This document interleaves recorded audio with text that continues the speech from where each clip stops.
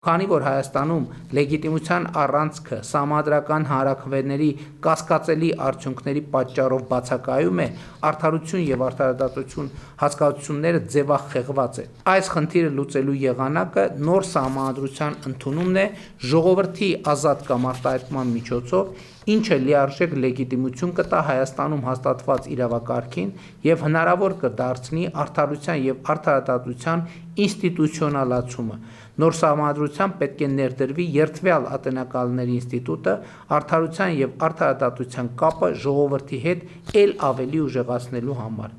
Պետք է շարունակվեն արդարադատության, դատաիրավական համակարգի, քրեակատարողական համակարգի մեկնարկած բարեփոխումները, որպես ուղենիշ ունենալով նոր սահմանադրական լեգիտիմությունը, հետևաբար արդարությունը եւ արդարադատությունը, ներքին լեգիտիմության ապահովման, դրա պահպանման եւ զարգացման լավագույն գործիքը ժողովրդավարությունն է եւ ժողովրդավարական ինստիտուտների շարունակական զարգացումը։ Պետության եւ քաղաքացու հարաբերությունների մեջ մեր երկրում կա որոշակի շարունակական լարում եւ այդ լարման պատճառներից մեկն այն է, որ Հայաստանի Հանրապետության քաղաքացիների շրջանում չկա ընկալում, որ այն իրավակարգը, որը Հայաստանի Հանրապետությունում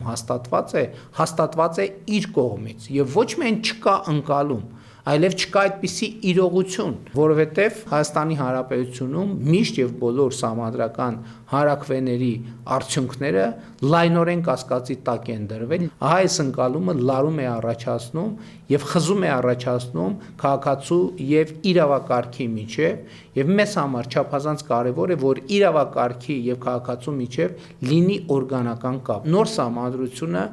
առաջնային մի նպատակ ունի արձանագրել քաղաքացի պետություն հարաբերություն, քաղաքացի հարաբերություն, համայնք կառավարություն հարաբերություն, պետական ինստիտուտներ եւ այլն եւ այսպես շարունակ։ Եվ երբ որ քաղաքացին լսելով մեկնաբանությունները, լսելով բանավեճերը որևէ որոշում կայացնի եւ քվեարկի սահմանադրության օգտին, դա կլինի այդ օրգանական կապի հաստատումը քաղաքացու եւ իրավակարգի միջեւ, որովհետեւ ինչպես արդեն ասացի, իրավակարգը բխում է քաղաքացուց, քաղաքացու որոշումից։